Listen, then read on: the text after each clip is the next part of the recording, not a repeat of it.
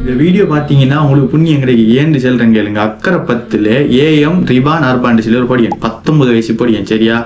போன வருஷம் அவனுக்கு இதே பிரச்சனைன்னு சொல்லி அன்றாபுரத்தை கொண்டு போயிருக்காங்க, டிவைஸ் வச்சிருக்காங்க.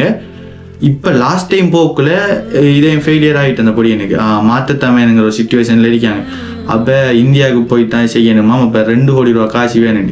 மிடில் கிளாஸ் அடிக்கிறவங்களுக்கு தெரியும் 2 கோடி ரூபாயெல்லாம் திரட்டு எவ்வளோ கஷ்டம்னு சொல்லி. எனக்கிட்ட எப்படி வந்தான் இப்படி வந்துச்சு. அவங்க கூட வரல உண்மையை சொல்ற. அவங்க யாருன்னு கூட இது வரைக்கும் தெரியா. இந்த வீடியோ பார்த்தா கூட அவளுக்கு இப்படி செஞ்சிருப்பாங்கன்னு தெரியும். எனக்கிட்ட ஒரு ஃப்ரெண்டால இந்த விஷயம் வந்துச்சு. அவங்க இப்படி கேட்டிருந்தாங்க இப்படி பண்ணுங்கன்னு சொல்லி.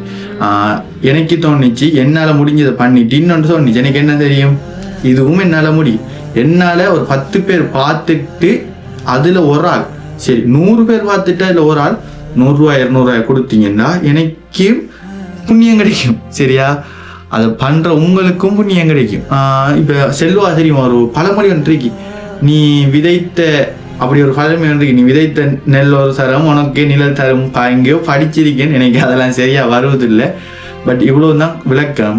இதால் எங்களுக்கு என்ன ப்ரோ புண்ணியம் கிடைச்சிருக்குன்னு சொல்லி இப்போ கொஞ்சம் பேர் கேட்காதீங்களா வந்து கமெண்டில். இந்த வீடியோ சும்மா நான் பார்த்துட்டு இருந்தேன்னு சொல்லி அப்படியெல்லாம் ஒன்றும் இல்லை. இந்த வீடியோ நீங்கள் இவ்வளோ நேரம் பார்த்ததுக்கு இது போய் இன்னொரு நல்ல உள்ளத்துக்கு போய் சேர்ந்து அவங்க அந்த உதவி பண்ணினாங்கண்டா அந்த புண்ணியம் உங்களுக்கு தான் கிடைக்கும். எனக்கு வேணாம் அந்த புண்ணியம். அந்த புண்ணியத்தை நீங்களே வச்சுக்கோங்க.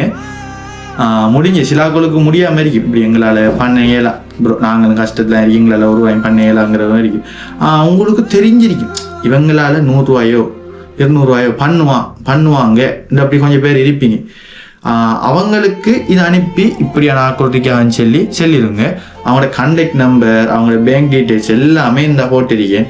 உங்களால் எவ்வளோ கேளுமோ அவ்வளோக்கு பண்ணுங்க. நீங்கள் செய்கிற சிறிய உதவி தான் ஒரு காலத்தில் பெருசாக வந்து உங்களுக்கு வரும். உங்களுக்கு ஒரு கஷ்டம் தரக்குள்ள ஒரு அது நீங்கள் செஞ்சு வச்சிருந்த உதவியெல்லாம் சேர்ந்து வந்து தான் உங்களுக்கு அது பெரிய ஒரு உதவியாக வந்து மாறி நிற்கும். செய்வீங்கன்னு நம்புறேன். போயிட்டு இதுக்கு மேலே கதைக்கிறதுக்கு தெரியல.